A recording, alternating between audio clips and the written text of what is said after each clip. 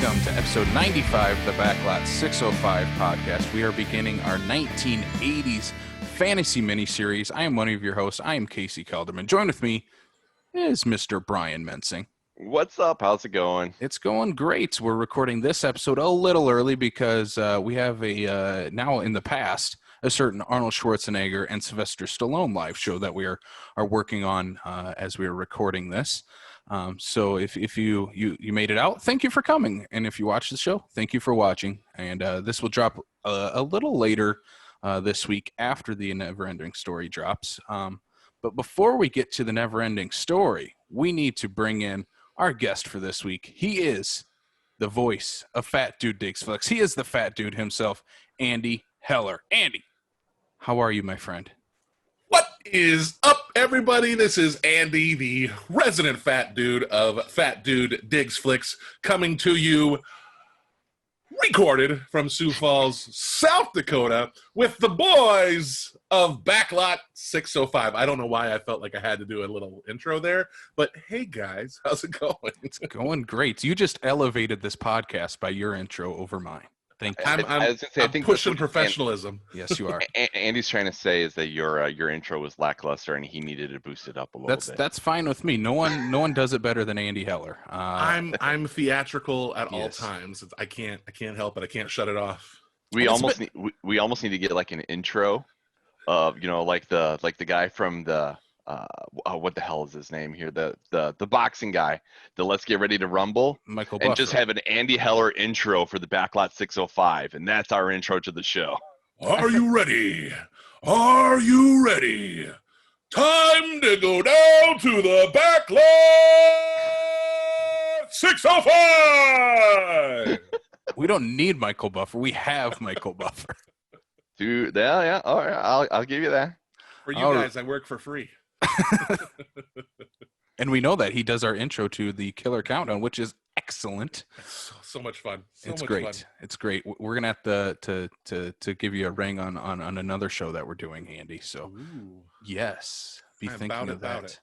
All right, let's jump into so as I said, we're recording this episode a little early. The reason I bring that up is because we will not have the full box office numbers for the weekend because we are recording this on a Saturday. But we do have the opening day numbers and the projections for this weekend. Mm-hmm. Opening up first will be the New Mutants. It took in a $3 million opening day. It is expected to have a $7 to $8 million weekend. Are you guys surprised by this number, especially the opening day number of $3 million?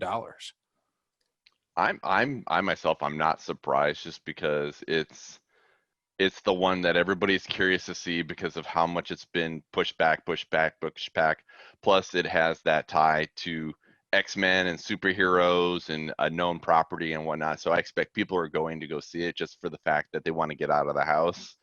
And it's a relatively known property, even if it is a movie that is of unknown characters.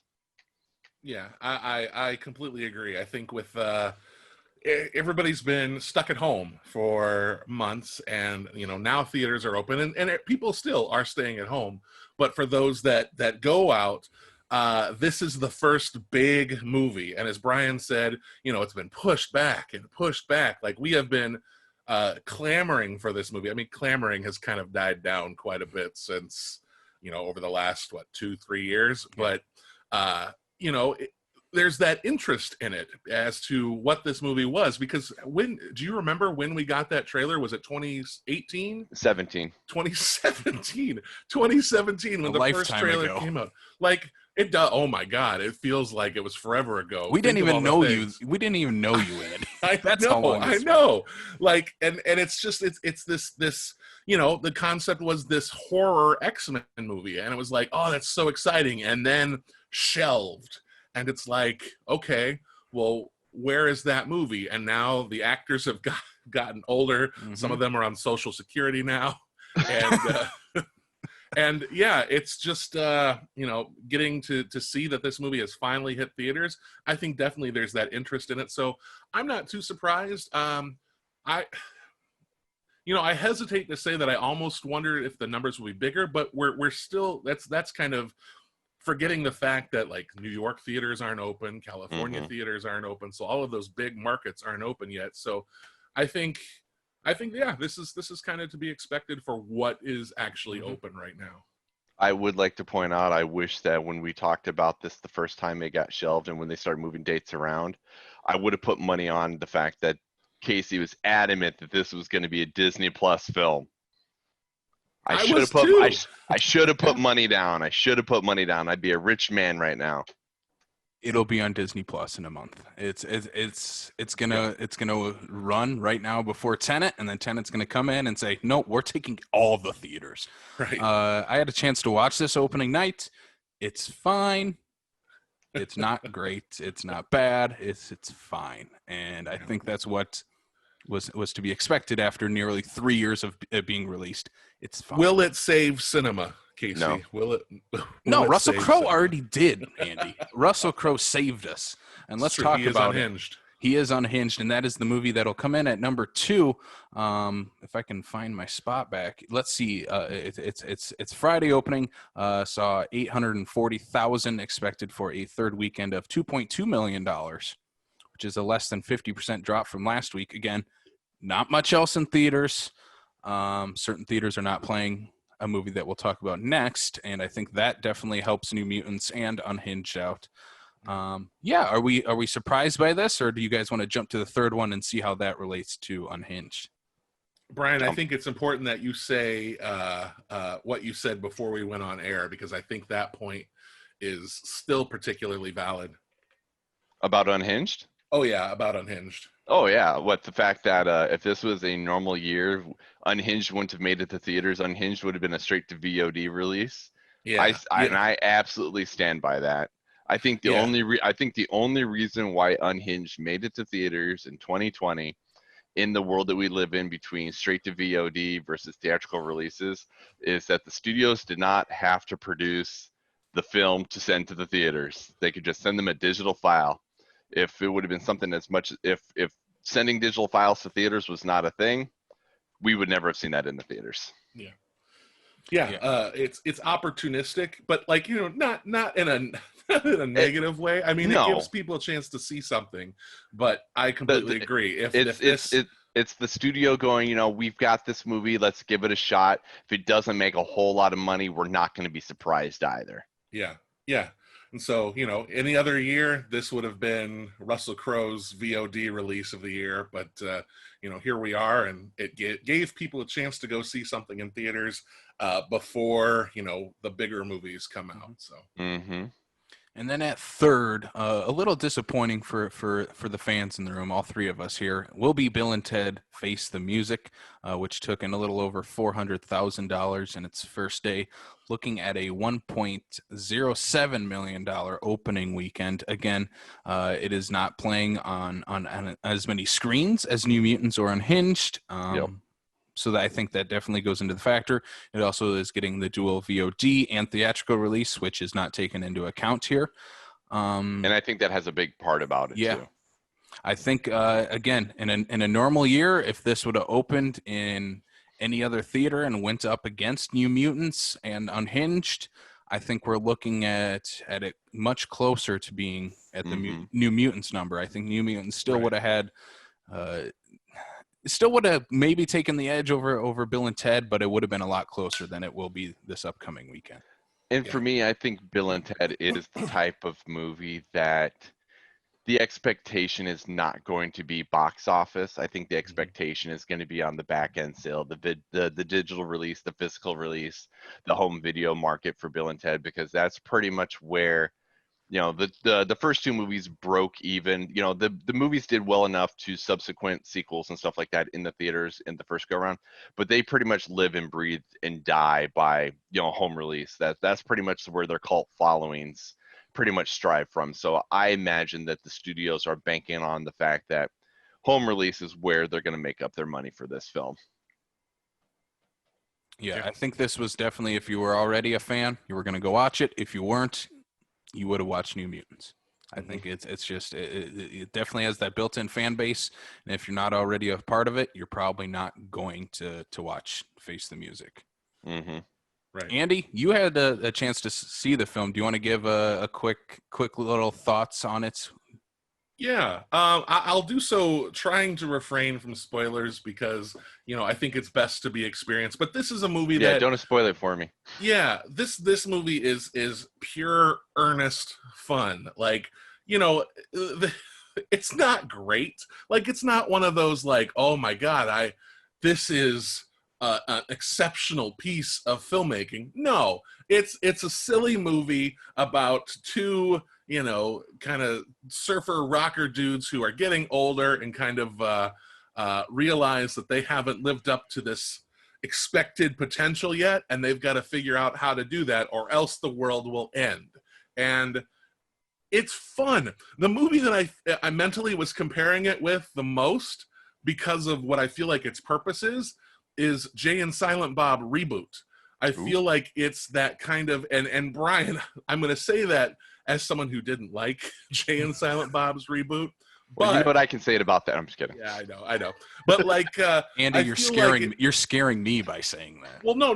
But I feel like what that movie was trying to do, and what this movie are trying to do, I feel like Bill and Ted handles it much better, where it's not so much a wink and nod to the camera. I mean, it's there. You can tell that they're trying to bring in those things that they've done before, but I feel like almost every scene in Jay and Silent Bob was like hey, we're doing this. Remember when we did that? And this movie doesn't do that, and it feels a lot more genuine. So I really enjoyed it. I thought it was fun. Yeah, again, not the greatest movie in the world, but it's a good time. It's the kind of pure, earnest message of unity that I really feel like is super important right now. That's all we need. Right. Yeah, that's all we need. That's all I'm expecting for this. We're going to go watch it today. I'm excited to watch it.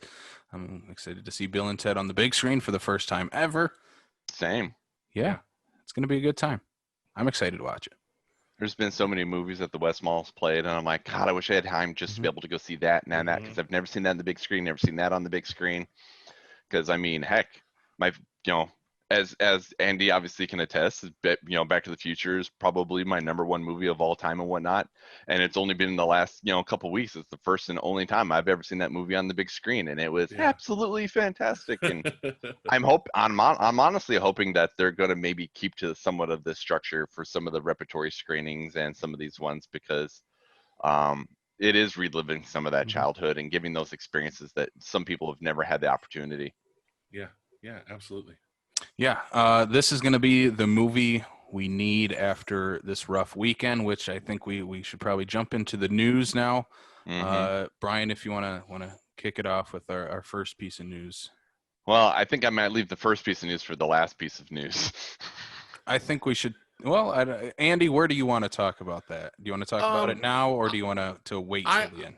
I feel like I think maybe treating it with the most respect and time would be just go ahead and save it for the last piece. I think that's fair. That's work. Because I think it's something that we could venture off on multiple tangents. So maybe a little bit. Yeah. So let's tell the little stories first. We'll tell the little stories before the big story. Yeah. So yes, first thing is that we got a trailer for the new Tremors film, because Michael Gross has nothing else better to do than make Tremor films. So we have Tremors Shrieker Island.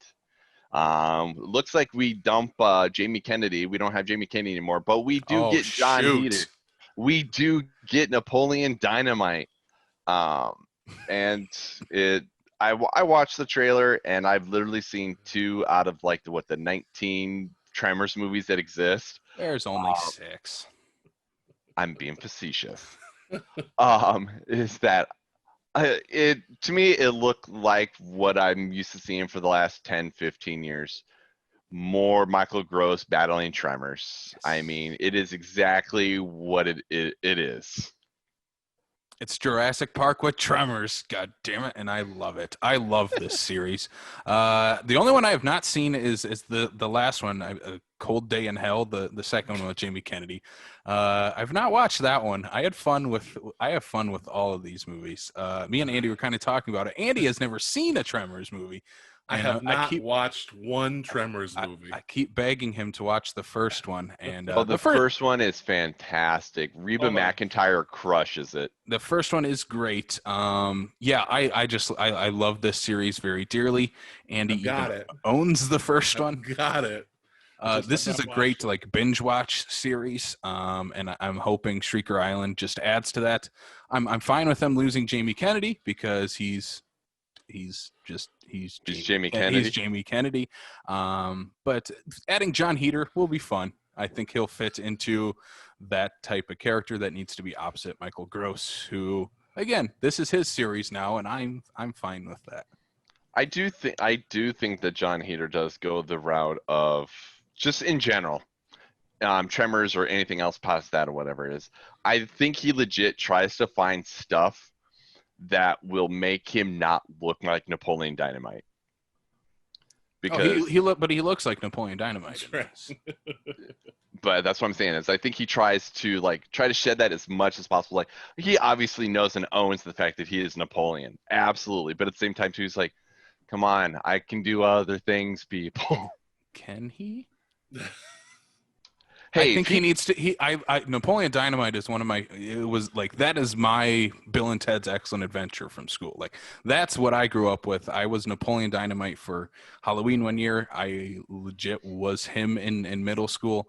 Yeah, that. But again, John Heder, red afro. John Heder, I probably could have a red afro.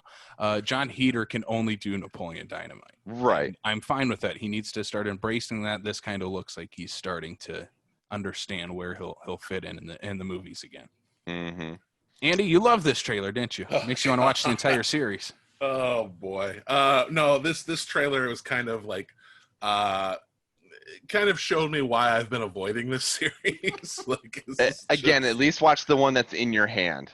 I will watch the first Tremors, and I would consider doing it the next couple of weeks, but of all the people who have recommended that I watch this movie, my girlfriend is one of them. And this movie, to me, seems like it couldn't be further from the kind of movies that she likes. So I'm like, oh, man. So I don't know if I should watch it without her or wait until she gets back to watch it. So we'll see what happens. Andy, my mom likes Tremors. Yeah, that's a selling point. My mom likes Tremors. Yeah. What? They're sandworms. Oh, it's incredible. You got to watch it, Andy. You'll understand. They're not quite sandworms. You'll love it. You'll love it. I'll watch it. All right. So the next thing here, which I rewatched this trailer here for the second time, and I'm still in, and I know exactly where Casey was going when he made mention about this here, is we got the trailer for the new Babysitter film for Netflix, The Babysitter 2 Killer Queen. Where we get to see pretty much the entire cast come back from the first one, the kid, the little girlfriend across the street, the band of cultists coming back, Bella Thorne, King Bach. I'm completely in for this. I want to see this, and if the ending teaser of the end of this trailer says for anything, I hope it's exactly what it is. I don't know. I just actually rewatched The Babysitter last night, because I was like, I need to watch something to prep me for Bill and Ted. But I watched Bill and Ted earlier this year, a couple months ago. So I'm like, I need to watch something I haven't seen this year. And so it was Ready or Not and The Babysitter for Samara Weaving. And I'm even more stoked to see this now here next week than I was before. The Babysitter is easily the best McG movie. Oh, yeah. And You've never seen We Are Marshall. I have seen We Are Marshall. It's better than that because of one person who's not in this movie, Samara Weaving, and I could give two shits about a Babysitter sequel without Samara Weaving, who is the main selling point of the film. The one I would say pretty much the main reason people loved the first movie. It's her. It's not any of the other high school cult kids. It's not the lead kid. It was Samara Weaving.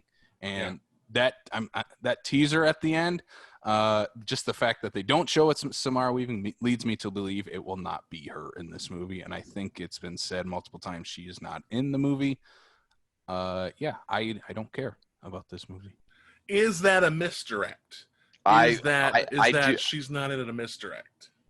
I think the trailer is a misdirect. I guess we'll see. I guess in a week we'll see.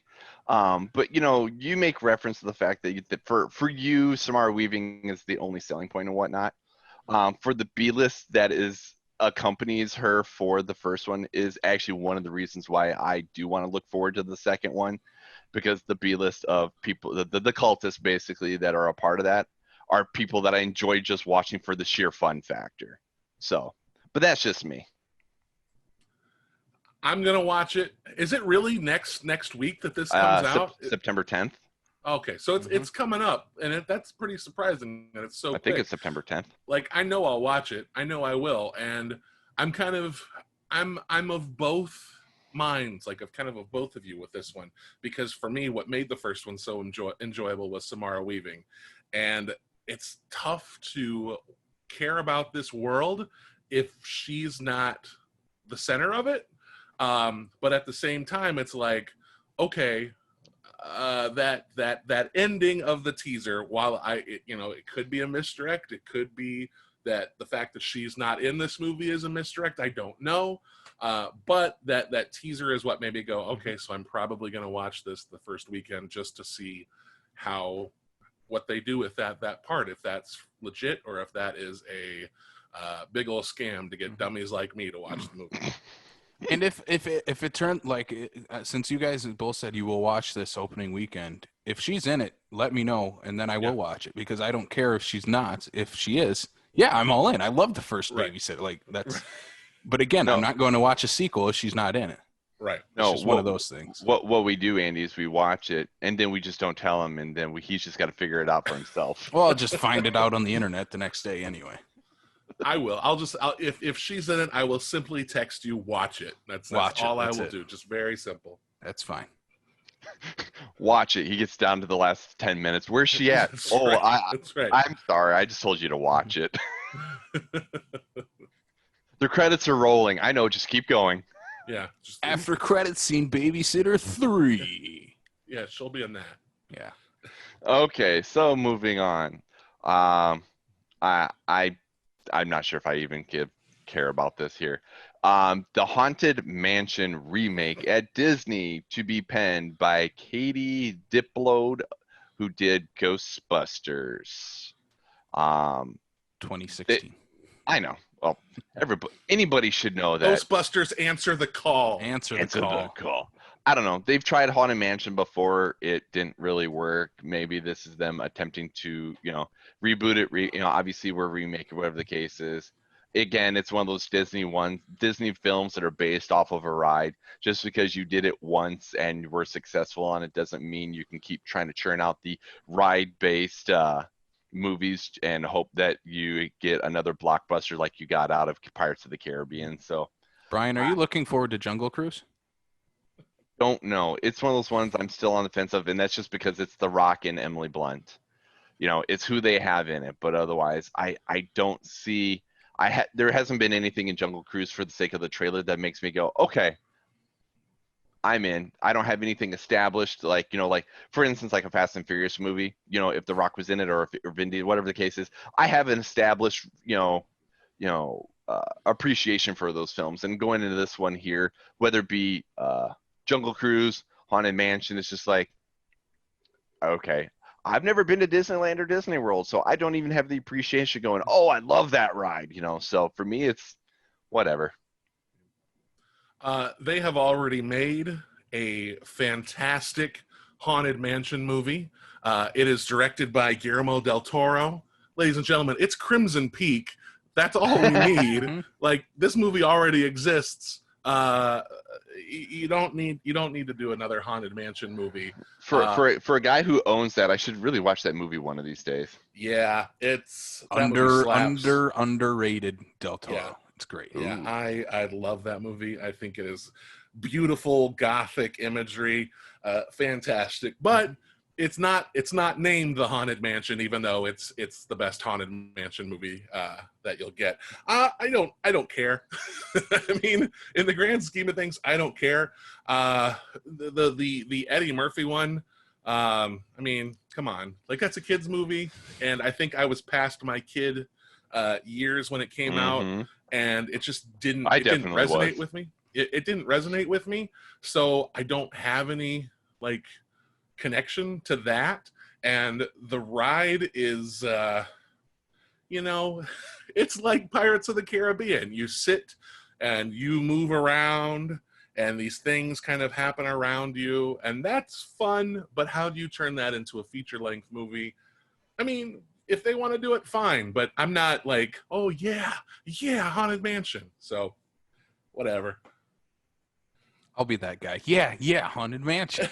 Yeah, I but you were remember. also like 12 when that came out. No, that movie's terrible. I'm not denying that. I remember watching it as a kid. It never stuck with me as one of those classic kids horror movies, like Casper was as a kid, or Hocus Pocus. I know that's a divisive movie in the community, Andy. But just me. just you. No, a lot of people. I've never seen Hocus Pocus. I can't comment. But and Corey too. Yeah, that's right. Yeah. But one thing I've been pushing for on this podcast and Killer Countdown and any other podcast is we need more family horror, and this will be that. Disney had quite a few in the late 90s and early 2000s. Haunted Mansion kind of killed all that. It did.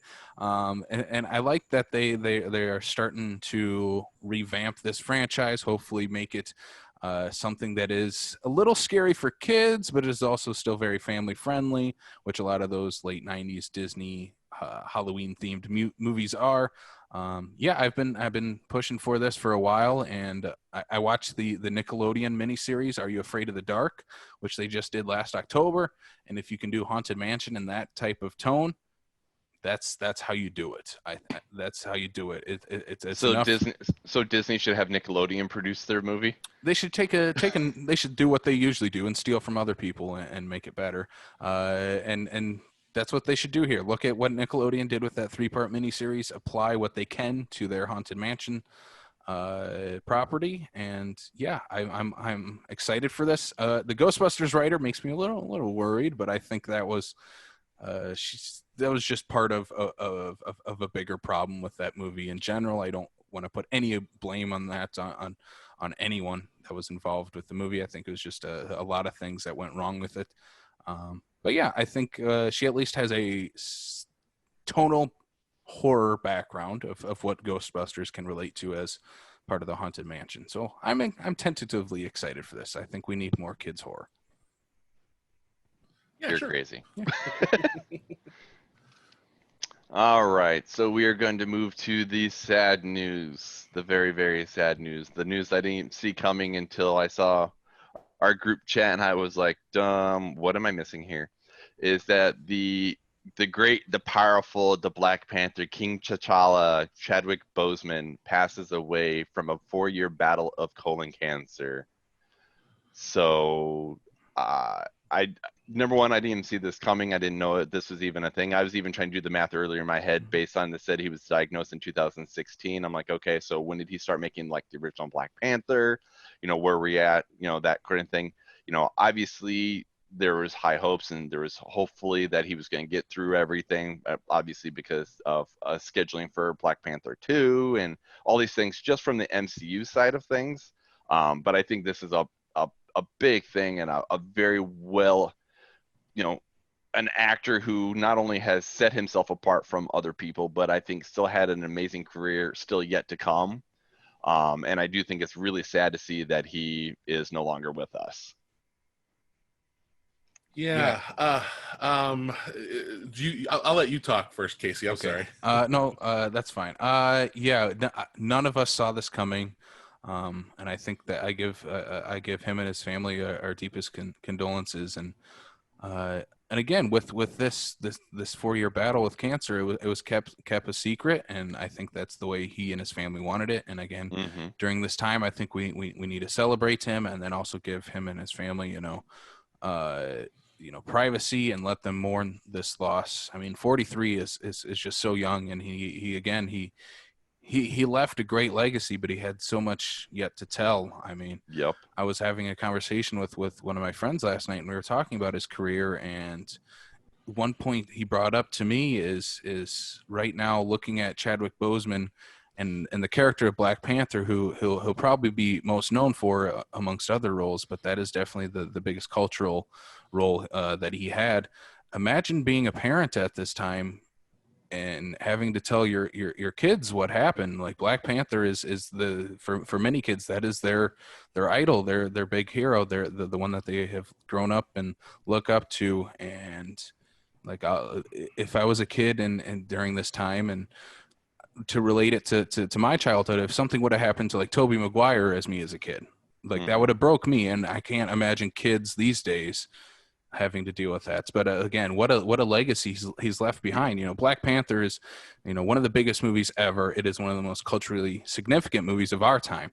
But looking at his other roles, he took on major historical figures. You know, he was Jackie Robinson, and that left a big impact on the world of baseball and sports movies with him taking on that role.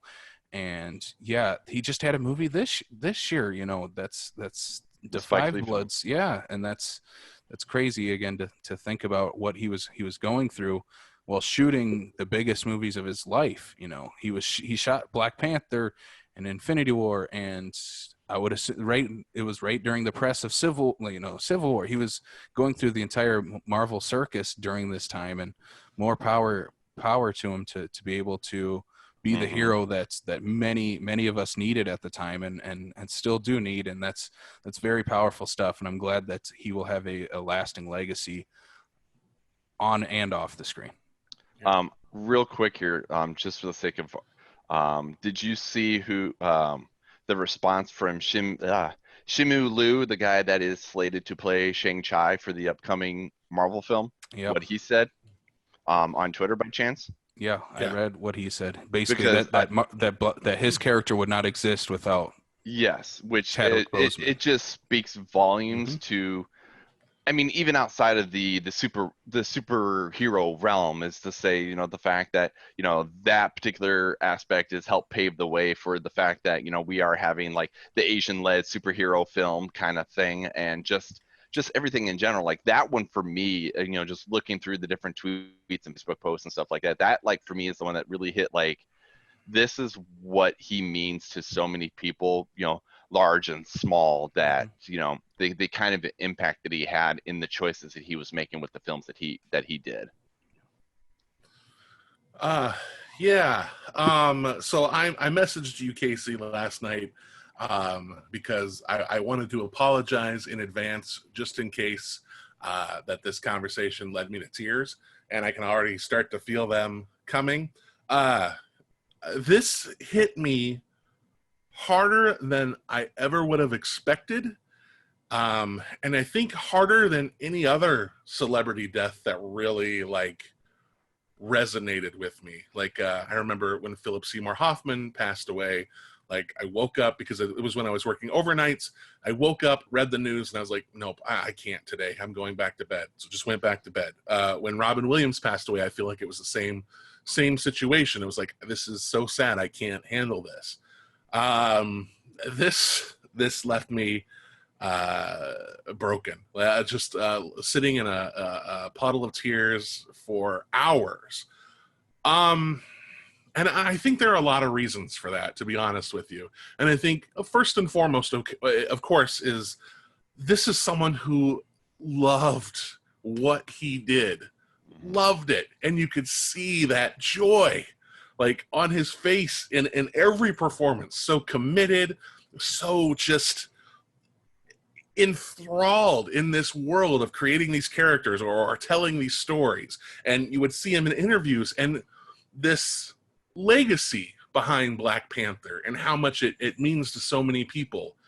It wasn't something that he shied away from. He knew how important it was, and he kind of carried that with such grace, and just wanted to hear what this meant to people. And it was never like, yeah, I did this. It was like, I'm glad that we got to do this. I'm glad that we have this, and my place it's an honor to be in this position. And so I spent a lot of time last night kind of watching some of those old videos, some of his old like interviews, and it was just, I was just very struck by just how much how graceful he carried the weight of that on his shoulders in the midst of this illness that he had for 4 years and nobody knew. It stings as well, because this is what I lost my father to. This is what I lost one of my grandmothers to. This is something that hits very, very close to home. And to kind of, you didn't know, like you didn't know that he was sick. He never let on that he was sick. I wasn't aware of his social media presence, you know, over the months kind of preceding this. But apparently he would post like videos, stories in his Instagram, and people would comment on his physical appearance because he was losing weight. I did not know that. I had no idea. But someone posted a photograph online of one of his most recent like posts or a story or something like that. They posted this image, and it hurt because the last several photos that I have of my father is just this, you know, like frame of the man that used to be there. And it's like, you know, he's there. It's still that same person, but all of that muscle mass, that stature that you carry, like it's gone because this disease has been eating away at it. And he never said anything about that, but people are assholes, and they criticized his appearance, and that kind of forced him off of social media because he didn't want to get involved in it. And it's just, you don't know what people are going through, and they don't owe you an explanation as to what their fight is. And yeah, this is tough. This is a really, really tough one. 12 years was how long he had had an active career in the motion picture business. 12 years. Like, that is a drop in the bucket. And that is a blink of an eye. And he had already done so much. Jackie Robinson, James Brown, Thurgood Marshall, T'Challa, you know, Black Panther, Storm and Norman, and Da 5 Bloods is this, you know, this spirit throughout the film. And watching that now, I can only imagine that it's just this, you know, even more haunting presence, but so elegant, like just an elegant actor. And he had done so much in 12 years that it's like the sky was the limit. Decades. He had decades more ahead of him. And it's like, there are these opportunities that, you know, we'll never get to see. But at the same time, this legacy that he's already left behind, it's, you know, we'll never lose that. So I love Black Panther. I think Black Panther is a great movie, a great superhero movie, but I think it's also because of its impact on culture and what it feels like. I remember when I was a kid, I got to see Christopher Reeve on the big screen as Superman, and how much that meant to me. And I could see Michael Keaton on the screen as Batman, and how much that meant to me to just have this superhero on the screen that it's like, you know, sure, this is an actor, but like it clicked. And I was like, oh, I get to see this guy on screen that looks like me and is doing this heroic deeds. To be a young Black kid and to get to see yourself represented on screen as Black Panther, as Shuri, as the name escapes me, but oh my God, Lupita Nyong'o's character in Black Panther, Guerrero's character in Black Panther, all these strong Black people just fucking doing it. Sorry, I know this is a PG-13 podcast. There's our one fuck, I guess. There's two. There's two. But these strong... Put the E on this one, you hazy. Right? These strong Black characters, like, that is powerful. That is important. And that cultural impact cannot be lost on on him and how much this movie means. Yeah, this is a wound. Like this is one that it hurts, but man, I really hope that we take whatever time is necessary really to just celebrate what he was able to do in such a short time and how much he meant to so many people. It's, you know, I always preface all of my feeling stuff with, I didn't know this man. I didn't know this man. I don't have any personal connection to him, but I think appreciating movies the way that we do, it's hard not to feel that connection to them. So yeah, I mean, this one hit me a lot harder than I think I ever would have expected it to. But yeah, very, very young, very, very valiant battle. But you know, we've got to figure cancer out. That's it. That's all I gotta say. Yeah, it's heartbreaking. There's nothing else that we can really put on it besides we need to go celebrate what he has done before, and I think that's he has left a legacy that is gonna last decades and years to come, and definitely has left his mark on not just cinema but the world. He has. It may be cliche to say, but he and his work has changed the world, and I think that is a very powerful thing, and it's not a legacy many people get to leave behind. And yeah, I think this next week, I think if you're wondering what to, you know, you're scrolling through streaming services wondering what to watch, put on a Chadwick Boseman movie. Celebrate him. Celebrate what he did and his work and what he absolutely loved so much. I think that is the biggest thing that we can take away from his career. He loved what he was doing. And like Andy, I watched some of those behind the scenes stuff, and there was even this was trending on Twitter, him on Jimmy Fallon, where they had a poster of Black Panther, and they had I got about halfway through that video. I've seen it before. I got about halfway through that video, and it's fantastic. Incredible, besides Jimmy Fallon's stupid face in the background. But the connection Chadwick had with those people coming up and expressing how much Black Panther meant to them was truly powerful, and it was something that is unable to be duplicated, never replicated, and a legend. Yeah, absolutely. All right, so we're gonna try to pick ourselves back up again. We're gonna talk about our coming soon movies here now. Hopefully we can bring in some happiness before we tear our hearts out again by talking. I don't care about any of this, Story. Let's jump into coming soon then for the week. This is, again, our article is up on Backlot 605 every week, giving you a full rundown of everything coming new to theater, streaming, and everything and anything else in between. First up, we have this little movie called Tenet coming to theaters in select cities, only in indoor theaters, as we need to make a point of, because apparently drive-ins don't count. This comes out opening September 3rd. There is 3 days of preview screenings on Monday, Tuesday, and Wednesday of this week. Christopher Nolan, again, the quote-unquote savior of cinema, is back in theaters. Tenet stars John David Washington, Robert Pattinson, Kenneth Branagh.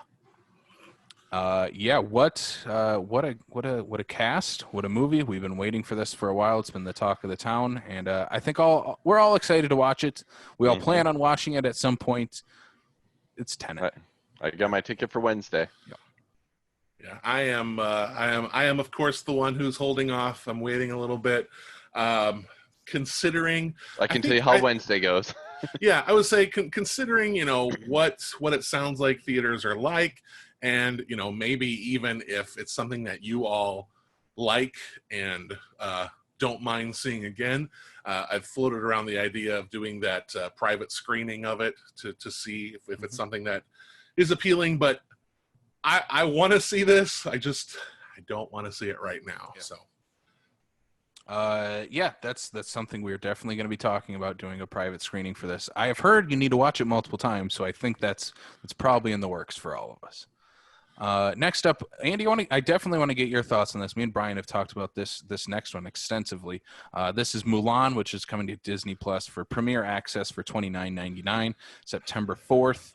originally planned, obviously, for theaters. This is the latest Disney live-action remake. I think me and Brian have said our piece on this movie. Do you plan on renting this movie this upcoming weekend? Oh, God, this is so tough. I love Mulan. And I have been so excited for this like, and me saying that I am excited about a live action Disney remake feels like I'm saying something very profound, because I kind of hate almost all of the other ones. Oh, I thought you were going to be like, it's the most profane thing I've ever said in my life. No, maybe that too. Like, I mean, I think for me, I think my favorite two are the two that are kind of underrated, Pete's Dragon and Cinderella. Cinderella slaps. Yeah, Cinderella friggin' slacks. It slaps. It's so good. But this is one that I am genuinely excited for, and it's tough because, like, I feel like Disney is doing this movie a disservice by offering it for $30 on its own streaming service, where, you know, you're kind of bound to the rules of having this. Now, from what I understand is that if you rent this, it's added to your Disney Plus forever. Yes. Which, that's great. It'll be there eventually. So for those that aren't willing to spend that, but for me, I've wrestled with this, and I think it kind of goes back to representation. I think because you don't always get to see these films that are filled with Asian actors, like from American filmmakers with Asian or Asian actors. That's what this cast is full of, and I think for that reason, for that cultural importance, I think I've got to let my money do the talking, and I want to say that I want more of these stories. So I think for that, yeah, because I want Disney to win, but I don't want Disney to win. You want Mulan to win, but you don't want Disney to win. Yeah. Right. I don't like this decision, but I don't want the movie to suffer for this decision. So yeah, I'm probably going to spend my money and rent Mulan, and then if I do, I'll let you know if it's any good. I don't know if you understood that wink. I've said this to Casey, is that, you know, being at the $30 mark, my only reservation is the fact that it's tied explicitly to Disney Plus. Mm-hmm. If I was going to be dropping that kind of money, knowing it's a Disney movie, knowing in regards to like movies anywhere and all that aspect of the digital market, if this is something that wasn't tied explicitly to a service that I could potentially cancel and lose it altogether, I would be more apt to drop $30. Yeah. Yeah, I get for that. For me, that is the biggest drawback to that, is that it's explicitly tied to that, where it's like, if you told me that you could somehow get my purchases from Disney Plus into movies anywhere, I would be all in for that. Right. Next up, we have a couple Netflix movies that we got coming up for this upcoming week, dropping on September 3rd. We'll start with this one. Love Guaranteed, Netflix original film, is a rom-com starring Rachel Lee Cook and Damon Wayans Jr. It is also co-starring Heather Graham, and it is about a lawyer who takes on a case from a client who wants to sue a website that guarantees love. And guess what? Along the way, they fall in love. This comes from director Mark Steven Johnson. You may recognize the name from the superhero classics, including Daredevil from Ben Affleck and Ghost Rider from Nicolas Cage. I'm trying to wrap my head around Damon Wayans Jr. and Rachel Lee Cook in a rom-com directed by a guy that did two of the not so great comic book films of our generation. Has Rachel Lee Cook done anything in the last decade? Or two? Probably. It's just probably one of those things that's that we're not in her demographic, maybe. Oh yeah. I was gonna say, has Heather Graham been anything besides the Hangover movies? Yeah, probably a lot of VOD, Hallmark. Yeah, I was gonna say a Hallmark. This kind of looks like a Hallmark movie. Yeah, I would imagine so. If I show this trailer to Kayla, we will end up watching it, especially if I mention who the director is, because we are Daredevil and Ghost Rider apologist in this family. I like both of those movies. They're not good, but they're fun. The trailer looks fine. It looks like a like rom-com. Daredevil. Daredevil's better when we get the director's cut, so maybe that's the plus. Maybe the fact that if the director has better control over his film, maybe we will get a good film out of this. Now that I think between the R-rated and the PG versions of Daredevil, yeah, maybe we'll get what we want. But I've actually never seen the R-rated version. I like the PG-13 one. There's more Coolio. Do you love the love story part about Daredevil? No one does. But the playground fight scene I know is still in the R-rated one. Yeah, but still, it's also much. The R-rated one is the one to watch. The director's cut is the one to watch. Let's see. The other Netflix original that we got coming out is from the Oscar-winning writer and director Charlie Kaufman. I'm Thinking of Ending Things. So it stars Jesse Plemons, Jesse Buckley, and Toni Collette. It is about a woman who is taken back to her boyfriend's family farm to meet his parents for the first time, and weird things start happening. You would watch this just straight for Toni Collette.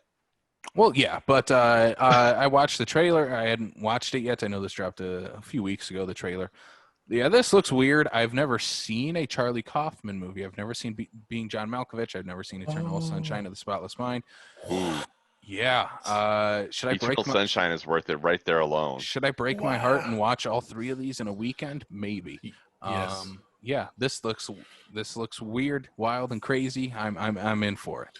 Yeah, with the ever-changing landscape of movies this year, this one quickly became one of my most anticipated. So while you guys are in the theaters watching the confusing Tenet, I will be at home watching the confusing I'm Thinking of Ending Things, and probably absolutely loving every second of it. I've enjoyed Being John Malkovich, Eternal Sunshine of the Spotless Mind, Adaptation. I own Synecdoche, New York, but I have not watched it, and that's one that I feel like I would just totally take to. Anomalisa, his kind of claymation animated movie, like Charlie Kaufman is just this bizarre genius, and yeah, very, very excited for this one. I'm super pumped that it's coming to Netflix, and I hope in however that exists, that Netflix kind of rolls out the red carpet for this one, and if it's worthy of it, that they kind of make it pursue whatever award season looks like next year. Mm-hmm. Is it just a thing in Hollywood that anyone named with the last name Kaufman has to be a weirdo? What happened to your voice? Yeah, you got so quiet. Turn up your volume. Can you hear me? No. Hello? Faintly. Keep going. Then hello? Keep going. Hello? You're getting there. Keep going. Ruin the Zoom. If we're in the Zoom, we can barely hear you. What did you do? You broke the Zoom. That's okay. I can stand Now up he for a muted his second. mic. Yeah, there we go. Can you hear me? You're still quiet. Well, let's take a break, and we'll try to come back and figure out my audio. So give us 1 minute, and we'll be right back. All right. So I think we got the microphone thing figured out. I think maybe my microphone might be nearing the end of its run. But yeah. Farewell, dear friend. The point I was making before my microphone was starting to cut out is every Kaufman in Hollywood have to be a weirdo? Yes. Was that I think a requirement? I think it's a requirement of the last name. Yeah. To the point where, with the way that Charlie seems to be, I think he's some sort of weird descendant of Andy.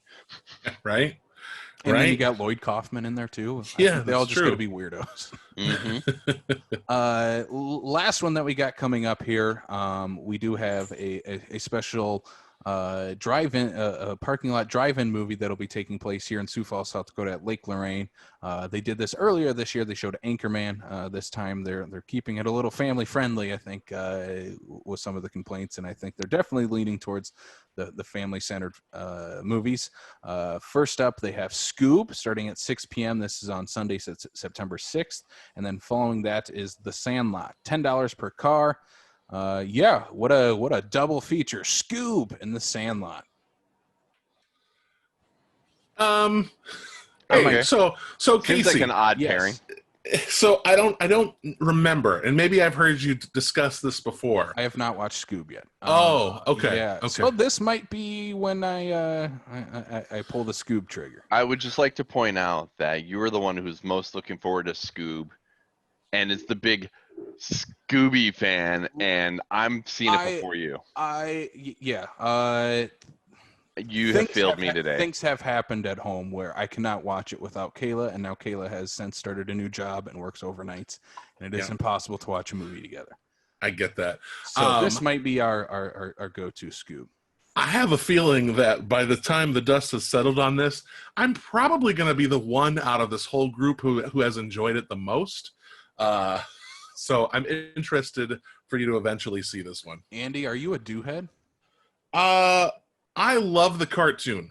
Love the old cartoon. I love a pup named Scooby-Doo. Yeah. I hated both of those live-action movies with Matthew Lillard. Just hated them. Like, really. No. Just despised them. You're not a you have been kicked out of the do-heads. So yeah, I am not a do-head. I think listen, don't get me wrong. I think Matthew Lillard is Shaggy now. Oh my friggin', the cat just jumped on the top of the bookcase. So let me get this stupid cat out of here. Okay. But yeah, I think that Matthew Lillard is Shaggy now. Yeah. But I didn't care for the rest of that movie. I gotta get this cat. Oh my, what are you? He heard you talking about Scooby-Doo and he got frightened. So as Andy deals with his cat, we're going to take a slight little break here. Again, that is coming soon on backlot605.com. Check out our article every week. We're going to take a little break, and we're going to be back with our main topic, which is the NeverEnding Story. Casey here again. Just wanted to give a quick shout out to our horror-themed podcast, The Killer Countdown, that I co-host alongside Blake Ginnethan and Sam Lenz. This show is nearing the end of its run, the final chapter, if you will, as we have a few episodes left of that show. So be sure to go check out some of our latest episodes, including Best Final Girls, Best Creature Features, Best Horror Scores. Again, this is nearing its final run, which we will announce a little special something that we have planned for this final chapter. But stay tuned. Once again, that is the Killer Countdown, available right now on this podcast feed. We are back on the Backlot 605 podcast with Andy Heller joining us to talk about the NeverEnding Story, 1984. This is kicking off our 1980s fantasy movie miniseries here for the month of September. So we got 5 weeks, 5 movies. We're kicking it off with NeverEnding Story. Andy, I believe you were the first person that I had asked, and we gave you the list of the 5 movies we were discussing, and you picked, to my surprise, the NeverEnding Story. Now, why was this a surprise to you, Casey? Because we have a certain Andre the Giant movie that we're going to be talking about a little later on in the miniseries that I thought for sure was a surefire Andy pick. Well, and I think that's kind of one of the reasons why I didn't pick it, because, like, don't get me wrong, I love that movie so much. And it was between that one and NeverEnding Story. And I was like, well, let's talk about that. That'll give me a chance to watch it again because I haven't seen it in such a long time. I just remember how much I loved this movie as a kid. I loved this movie as a kid. So it would be exciting to watch this movie as an adult and see how I felt about it so many years later. Yeah, this is a first-time watch for me. This is one I had never seen. I think all 3 of us might be coming in different perspectives. Brian, this is one that you had mentioned that we should include here. You did a full binge of 80s fantasy movies about a month or 2 ago. I know, I did. Sparked the idea for this. Well, and what I think is funny though is that when I did my binge and whatnot, you're like, hey, there's 5 weeks in the next month here, and there's 5 movies you just binge watched. Let's just do them all. I'm like, okay. Mm-hmm. Yeah, I've seen 3 out of the 5. This is one that I have not ever seen. And you should feel better now that you have. Yes. Well, so let's jump into it. 1984, The NeverEnding Story, directed by Wolfgang Petersen, starring a bunch of kids that are still relatively unknown. They're still kind of the known for this movie. This is their big claim to fame. Again, first Only time. claim fame. What's that? Only claim to claim? fame? Yeah, probably. And I'm sure after the shooting with Wolfgang Petersen, there's a reason why. Yes, the NeverEnding Story is about a kind of an outcast boy who lives with his widowed dad, and dive. Basically, he's a big reader. He loves reading books, and he dives into this fantasy book that this old man refuses to let him read because it is magic. It is something that is very mysterious, and it turns out he becomes very much a part of the story that he is reading. Plot of the movie is the fantasy world of, is it Fantasia? Yes. Yeah. Is crumbling. The world's about to end, and this young hero needs Atreyu needs to go save this young princess to save the world. Yeah, that's sort of the plot. Yeah, if there is one. Yeah, this is so for a first time watch. I didn't grow up on fantasy movies at all. The only real fantasy movies I had ever really watched as a kid were Wizard of Oz and one that we'll talk about in a few weeks, Return to Oz, were the two that I had watched. I have watched all of these as either a teenager or now as an adult. If I watched this as a kid, I think I would have been more into what was going on. Everybody likes to talk about a certain scene involving a horse, and I'm a heartless bastard, and I felt nothing. I want to talk about that since you brought it up. The big scene first. Yeah. So since you brought it up, I want to talk about that. Okay. And I'm just going to kind of lay out some general thoughts really quickly. I want to stress again, I loved this movie as a kid. Like, I loved this movie as a kid. And I watched it last night for the first time in a very, very long time. And how... this movie is nonsense. Like this movie really is complete and utter nonsense. Like, whatever the plot of the book is, like the book must be way better, because Bastian really was getting into it, because the movie was not that good. But so yeah, and I remember it that the death of the horse was this devastating moment in the movie, like just heartbreaking. That's how I remember it. And then I rewatched it yesterday, and oh my God, I don't care. Like, I felt no connection to this kid, to this horse. Like, and then they made this terrible decision to score the movie the way that they did. That soundtrack during that scene is so distracting that it's like you don't get a chance to feel anything because you're bombarded with sound. Let the horse just go. Like, let it out of its misery so that it doesn't have to go through the next hour of this movie. Yeah, there's not a whole lot leading up to that. You're not spending a whole lot of time with Atreyu and the horse. It's kind of like he's sent on the mission, and the next thing, oh, the horse is dead. Like, yep. What? Why are we doing this now? Why don't we wait? Why don't we? It's a swamp of sadness. It is a swamp of sadness. It is it's something. And I will say is to maybe give like you said, a different perspective of this, and even rewatching this as an adult, is I do look at this movie is it perfect? Absolutely not. By all means, is it not a perfect movie? Is it a great movie? No, there's far better 80s movies that are in that subgenre of film and whatnot. But it is one of those movies that even rewatching it as a 40-plus-year-old adult, it is the child nostalgia in me that comes out watching it, and that sort of thing, where it's like, even though it's not a perfect film, or even that is the fact that, you look at the scene with Atreyu and the horse and, and all that stuff, and you realize, but for me, it was the matter of how did I feel as a child watching that? And that's how I watched that film. is, you know, bringing back to the childhood, bringing back to the innocence that was when that movie came out. You know, I think you, Casey, as like a first time watcher of this film as an adult now, and knowing the kind of movies that you have seen or the kind of movies that are much better than it, I think you go into this movie a whole lot different than someone who literally grew up on this movie. I'll give a brief counter argument. One, I like this movie. I like this movie quite a bit. I thought I liked it more than I thought I was going to.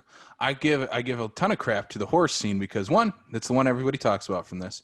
Two, they put so much emphasis on that's a big emotional moment, a big changing moment in Atreyu's life, but it's not warranted. There's no lead up to it. If I was a kid watching this again, I would feel the exact same way I feel now. It's just not a well put together scene. It's there's no emotional buildup. If, let's say, at the end of the movie, if Falkor would have died, then I would have felt something because there's a relationship between him and Falkor. He's riding the horse. Like that's, I get it. It's very much a similar thing. If a dog dies in a movie, you feel sad because it's a dog, but it's a little different. Not everyone owns a horse, so we don't have that sort of emotional connection to it. And there's no real build up between the relationship between him and his horse. It just kind of happens. What I really liked about this movie, though, it is maybe one of the most visually appealing representations of like children's literature, and how as a child when you're reading a book you ultimately you put yourself in the main character's shoes. You know, no matter what, you're the hero in the story. You're in their shoes the entire time, and I think that's why the main character, Bastian. I've never heard of anyone with that name ever. Weird name to give your main character. He seems more like he would fit in the fantasy world than ours with that name. But again, his reactions to everything that's going on is great. He's better than the kid that plays Atreyu. I will say that. But again, there's some behind the scenes stuff with that kid that I think led to the performance we got, which we can talk about later. Yeah, that's. But him reading the book is the best part of this movie because it feels like you're as an audience member again, you're in his shoes now. Because that's kind of the way you look at it, and I think that's kind of a nice little, almost fourth wall breaking thing in this movie. But yeah, I love the practical effects in this movie are astounding. I just imagine this movie getting made today, and like everything would be CGI. Everything would be CGI. The big rock character would be, the snail would be CGI. All of it would be. They all would be CGI. Yeah, Deep Roy would be CGI. I mean, for God's sake. I freaking love Deep Roy in this for what little bit he is in this film. I like that Deep Roy is cosplaying as a character he would later appear alongside as Willy Wonka. His dubbing is really bad. The dubbing in this movie completely, like all of the dubbing in this movie is terrible. It's not great. But as a kid, you're not going to notice that. No, not at all. The target you're going for. Yeah, the practical effects in this movie. I'm a sucker for practical. If you have great practical effects, I can forgive the lack of story, which this movie pretty much has a lack of story. Because the practical effects are fantastic. I love anything practical effects, and just the fact that they make a 60-foot long Falkor. I'm like, that's awesome. Falkor is amazing. It's great. I'll throw it off to you guys, since you guys have had a bigger relationship with this movie. What is some of the big things now watching it this last time as an adult that you took away from watching it as a positive? Brian, I'll let you start. What is my takeaway from this film? As an adult. As an adult, I think this is one of those movies that I think as an adult, though it may not be the greatest film and whatnot, but if you were to say I need to have like a hodgepodge of movies that I need to show my kids at some point here, be like, hey, these are movies that I grew up on kind of thing. This would be one of those movies that I would definitely show them, whether it be a weak movie or not, just because of how fantastical it is. to kind of like spark that imagination aspect of themselves and whatnot. Like, I don't know, this would be a movie regardless of how old it is. And yes, the practical effects are great. The special effects are obviously a product of the time. But definitely want to be like, hey, if you're looking for an 80s movie and whatnot, something into that respect, I would still suggest this movie anytime. Yeah. I didn't love this movie as much as I used to. And that's weird for me because I usually have that kind of overwhelming sense of nostalgia that I don't really consider nostalgia, like stuff for Goonies and the Monster Squad and Gremlins, movies like that I loved as a kid. Like, I still love those. There's something about those that really hold up to me. Something about this didn't. But what I still appreciate about this movie, of course, the practical effects. Oh my goodness. Like, I'm like you, Casey. Like, give me some practical effects. Like, I'm sick and tired of every movie being so computer generated. Like, give me some tangible characters, and just being able to see, like, even though they used miniatures and blue screens and whatnot to kind of put these things together, like, still seeing the Rockbiter and Falcor and those statues and just all of the stuff that are really there. The Gamak, the wolf, like, that's very, very cool. And it's sad that doesn't quite exist in that capacity anymore, but it's so fun to see. And I also love that at its core, this movie is still encouraging kids to use their imagination. At the very beginning of this movie, he's chastised for having his head in the clouds, by not keeping his feet on the ground, for, drifting off into these stories, and that he needs to be more logical. He needs to be, do better in school and focus on the things that are concrete and not be so wrapped up in it. But what ends up saving the world, like this universe, is his creativity, his willingness to dream and willingness to be creative. And I feel like that's important. I feel like a balance, of course, is important because we live currently in an era where sense and logic are disregarded for theory and hope, which that can lead to some bad things. But this is not a podcast about that. But, like, I think a balance is important, but I think discouraging creativity is gonna do us a disservice in the long run. And kind of seeing how this movie just encourages that in kids, that's fantastic. So I love the message ultimately of what this movie is going for. That still really stands the test of time. Yeah, we talked about the great practical effects. I want to talk about the fellowship scene, which I like to call it, where Atreyu gets his mission. There's great practical effects. Like, they put a lot of time into the characters just in that scene. Like, we had the giant, like, bronze-headed things in there. We had the four-faced creatures that, the mouths don't move or anything, or the eyes don't move, but looks great. I wrote in my notes, is this a sequel to Flash Gordon or an episode of Doctor Who with all of those crazy characters there? Yeah. It's probably a little both, because they probably shared stuff from other things. Right. Apparently, I watched the Screen Junkies honest trailer of this. Apparently, there is a Mickey Mouse, a C-3PO, and, like, E.T. or something in that scene, like in the wide shot of that scene. Oh, wow. They made a joke. Is this Ready or Not or the NeverEnding Story? I have to go back and watch that now. Yeah. So let's talk about some of the bigger scenes in the movie, then kind of jump into those. We talked about probably the biggest scene in the movie, the death of the horse. You guys are probably gonna have to help me with names because I don't remember anyone besides our two leads. And Artax was the horse. Artax. Who are the two older, like, elf characters that he meets about halfway into this movie? That right after he meets Falcor. That's a great question. Brian, that's a great question. Trivia. I don't know if I know that answer actually. I have the IMDb. Is it the Engiwook? I think is his name. The main elf, the guy elf. I think so. I don't know. Anyway, we're talking about the elf scene in this movie. Yeah. It's right before he goes through the two passages. I like what it was supposed to represent. The first passage, like he has to believe in himself to get across it. Right. But where was he self-doubting himself in the first place?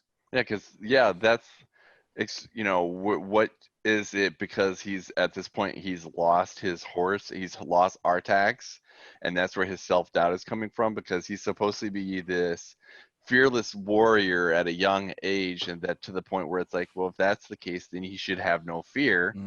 So there should be no fear, courage, the self-knowledge that he is the best of what he is. So where does that come from? But I think part of it is because his journey has led him to doubt the fact that he couldn't save Artax, the fact that things are not going to the ways that he's expected them to maybe that's what has created the self-doubt, to the point where he needs to believe in himself again to be able to make it through the passage.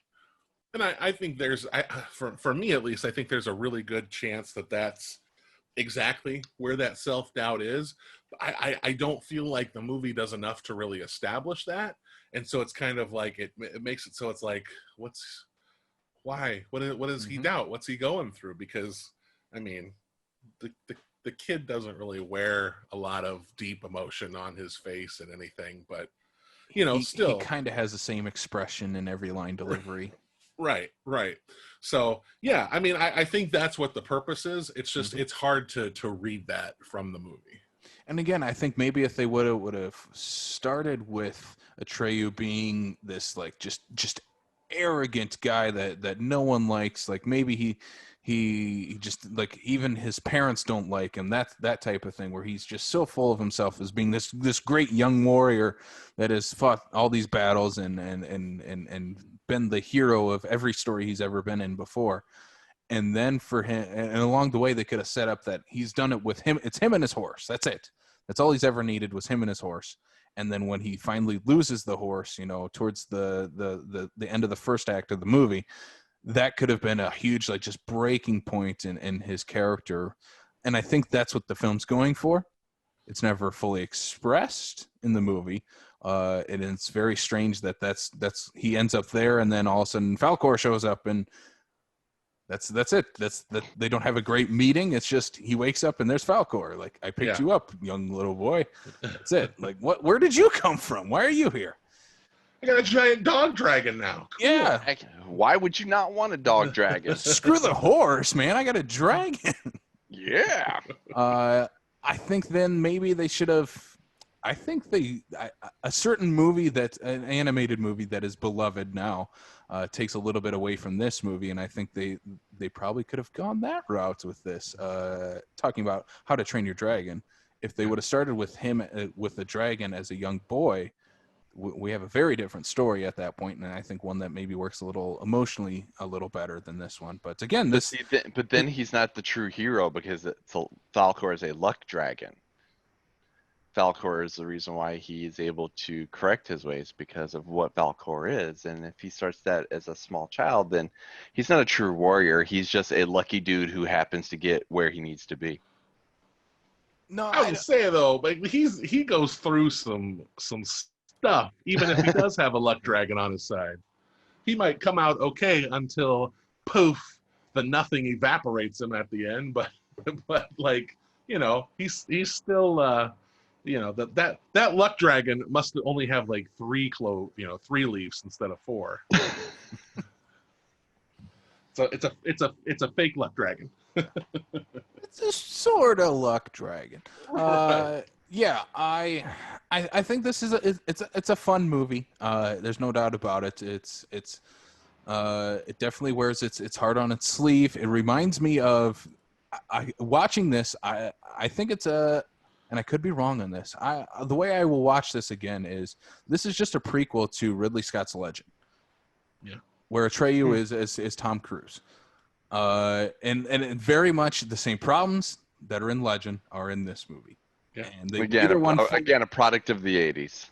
Yeah, but we're going to talk about good 80s fantasy movies in this series, though. I think ones that have figured it out right around the same time. And this and Legend have very, very similar problems and definitely excel very much in the same in the same categories. Like the big thing in this movie, Falcor. The big thing in Legend, Tim Curry's Demon. Like the two big practical effects spectacles of the movie are front and center, and those are the best part of the movies. And yeah, I like the movie, but am I going to rush back and watch The NeverEnding Story like I would some of the other movies? Yes. No. Yeah, I'll probably let it go another 20 years before I watch this one again. How much of the behind the scenes stuff do you guys know about this movie? I do know that there's an urban legend when it comes to regards to the horse and Artax and whether or not if the horse actually died or not. The horse is fine. It's dead now, but it was fine. All I know is that the kid who plays Atreyu, he got hurt a lot, like on the set of this movie. Yeah, from what I understand, Wolfgang Petersen was a dick. That's the other thing. Before we go any further with this is a Wolfgang Petersen film. Wolfgang Petersen, who at that time had directed Das Boot, the German submarine film, and then I'm gonna go ahead and make a kid fantasy movie. Yeah, Wolfgang Petersen. That's crazy to me. And then goes on to make a Harrison Ford movie and a Morgan Freeman movie. Yeah, get off my plane. Get off my Falcor. So he was a dick. He was definitely a dick in making this movie. The main character or the main actor, Noah Hathaway, who plays Atreyu, was hurt. It says on IMDb twice. I think it was more than that. He had the horse step on him. And then while shooting the scene where the horse dies, he was also pulled underwater in one of the versions. And when they brought him back to the surface, he was unconscious. Good God.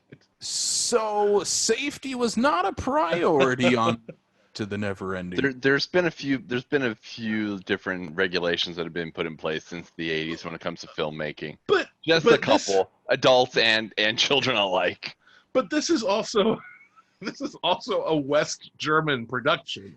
So I kind of wonder if like West German production rules exist. Like, no, you can put the kid on the set. Right. Make sure the horse does not kill him. We need the horse. If it does, we get another kid. We just put him overlay. Sorry, I apologize to German listeners for that terrible All impression. of our German listeners have left, Andy. You've got a wide German audience. I understand. We definitely do. Or you did until this. We did. Now it's gone because of the NeverEnding Story. From what I understand, there was a making the kid do a lot of things that kids should not be doing on a set, including being put in danger, like with the horse scene. I know he was asked to do a lot of takes of the scenes in this movie, as you can tell a little bit in this movie where he's like, there's a little bit of a Stanley Kubrickness to him making his actors do a lot of takes, and this kind of shows in this movie. But yeah, and I knew about that more than anything else in the story, how much of behind the scenes stuff was going on with him and the main kid, which kind of added to like, I don't want to support this then if the guy was a jerk. Right. Mm-hmm. The movie's fine, but he's a jerk. Yeah. But again, that's just some behind the scenes stuff. Yeah. I wasn't aware of just how awful Wolfgang Petersen was to the kids in this movie. Yet I'm not surprised. I learned something new today. Yeah, so let's go around the room, give our final thoughts on the NeverEnding Story. I've always enjoyed this movie. I will still enjoy this movie. It's not a great movie by all means, but for me, it just tugs at the childness that is inside me for the fact that, this is a movie that I grew up watching. I don't even think this was even a movie I saw in theaters. This is probably something that either I picked up on VHS or was on HBO because that was the thing to do back in the day. I don't know, but again, it's just one of those ones where I enjoyed this movie growing up. Again, not perfect, but if one is a fan of 80s fantasy films, it's definitely one that is at least you have to at least have watched it and to enjoy, I guess. Score out of 5. 3.5. Yeah. It definitely has its problems. I won't argue that. Belcore for the win. I'm just saying. Andrew. Yeah, so like I said, this movie for me doesn't hold up as well as maybe I had hoped it would, but it's not to say that it's Cinema snob. yeah, we know that. I've got a Criterion podcast, for crying out loud. But like, I think the thing about it is there's still charm to it. There's still this something about it where it's kind of a movie magic that we don't really get anymore because of those practical effects. I think there are problems with it that I didn't notice, wouldn't have paid attention to as a little kid. I think the plot is really kind of nonsensical. Like, it's just kind of, what's the next task Atreyu can do? Right. And the score, like I remember people praising the music in this movie up and down. Man, this score is obnoxious. But the best moment of the score is when Atreyu is riding Falkor and they finally see the ivory tower. Like, that music was super triumphant, and I was like, they did this right. Yeah, I appreciate the fact that it's pro creativity and that it's good for kids, and I think that's where it stands. I think this is a movie that's good for kids. I think you look too deep, like I can't help but do sometimes anymore. It kind of falls apart. But I would still give it a 3 out of 5, 3 tacos, because I respect how it makes me feel, and that they're going for it. So that's great. And yeah, good on them. We should have more movies that utilize practical effects to tell stories of creativity. Yeah, I'll echo everything you guys have said. I think it lacks in story, but it excels in practical effects, and I think that kind of evens everything out for me in this movie. That's one of the reasons I'll watch it again, is because of the practical effects. I'll have to forgive the story and let it be what it is, but the practical effects really elevate this movie. I'd give it a 3 out of 5, like everybody else in the room. I think that's about even par for this movie. And yeah, it's definitely, if you would watch it at a younger age, I can see how you would enjoy it more growing up than I did now, watching it at 26 years old, watching it for the first time. So again, I think that definitely leans into that, and that's the demographic for this movie. So I think that everything that it's going for probably hits better in the demographic that it was aiming for in the first place.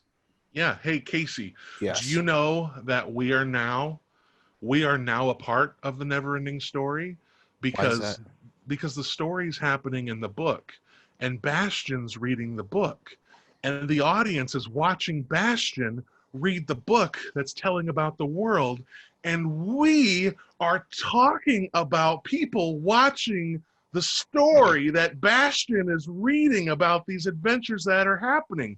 We are part of the NeverEnding Story because people are going to listen to us talking about Bastion, or people watching Bastion read this book about the story that is happening.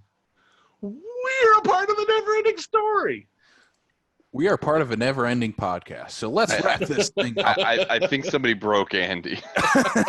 He's preparing for Tenet. Real quick here, I do want to point something out here, just for the fact that I think this is sheer timing. That this music video came out a few days ago. There is actually a group called Tobacco, has a music video that just came out here within the last week or so, called for a song called Babysitter, that has a very, very creepy, it's almost like a home invasion kind of thing. You're seeing everything from the perspective of the house cameras on the outside, and Falcor is trying to get in. Like they legit have Falcor, like the practical effect dragon from the movie creeping through the lawn and everything like that of this house. Wow. Yeah. And it's kind of creepy. The band name Tobacco made me have a dad joke in my head. I can't. I'm not a dad, so I'm not at liberty to say it. So, but the band's name is Tobacco. Can they play in bars in South Dakota? Thank you. I don't know. Thank you. I don't have children. Ask the Chainsmokers. Yeah, I know, right? All right, wrap it up. Let's wrap this thing up here. This is our NeverEnding Story podcast, kicking off our 1980s fantasy miniseries. If you want to find that, this podcast and all of our other podcasts, including what we have coming up, you can find us on Apple, Spotify, Stitcher, Google, and on YouTube. And you can find us on backlot605.com as well. That's where you'll find our latest movie news, reviews, articles, and discussions. That's where you'll find the coming soon. I have a new review for New Mutants up there. We will have a Flashback Films review of Logan. We have a lot of fun stuff on backlot605.com. Yeah, I purposely be trying to avoid your New Mutants review until I get a chance to go watch it. All right. So yes, also make sure to go check us out on Facebook, Twitter, and Instagrams, where we like to tell what we got going on, shared everything that we're seeing, talking about. Also, to come join us with the South Dakota Film Community Group on Facebook. Let's start a conversation, chat. What do we got going on? Sharing, all that fun stuff. So yeah, definitely check and join the conversation. Yes, and then next week we are continuing our fantasy films mini-series. We're going to step into the world of Jim Henson as we talk Labyrinth with our very, very good friend, Corey Jacobson from Somewhat Random Movie Collection on Instagram. It's been a minute since we've had Corey on, and I sent him a message asking him if he liked David Bowie in tights, and he said yes. Who doesn't like David Bowie in tights? Yeah, that is true. So next week, Labyrinth will be our big movie of the week. So Andy, what do you have going on with Fat Dude Digs Flicks? Let's talk about that to end the show here. Is the Fat Dude still digging flicks? The Fat Dude is definitely still digging flicks. So you can find all things Fat Dude Digs Flicks on Facebook, Instagram, and Twitter. And also, you can find my podcast the same place you would find this podcast: Apple Podcasts, Spotify, Stitcher Radio, anywhere your pods can be caught. And I am delighted to say that the new season of Let's Talk About starts this week, where I think by the time this episode comes out, my return episode will have already dropped. I will be speaking to one of my friends, the assistant professor and director of theater from Wayne State College, Rusty Ruth, and I are talking about The King of Kong, A Fistful of Quarters, one of my favorite documentaries of all time. And we had a great conversation about that. That episode drops on Tuesday, or did drop on Tuesday, so definitely give that a listen. And then my other podcast, The Criterion Break, with Andy and Blake Ginnathan of Backlot 605 and The Killer Countdown and whatever its future incarnation will be.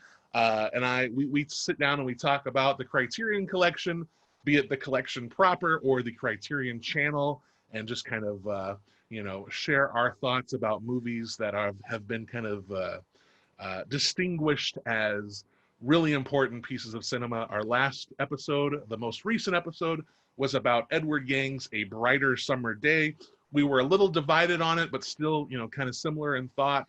And our next episode, which will be coming out next week, will be on the 80s film, not that kind of 80s film.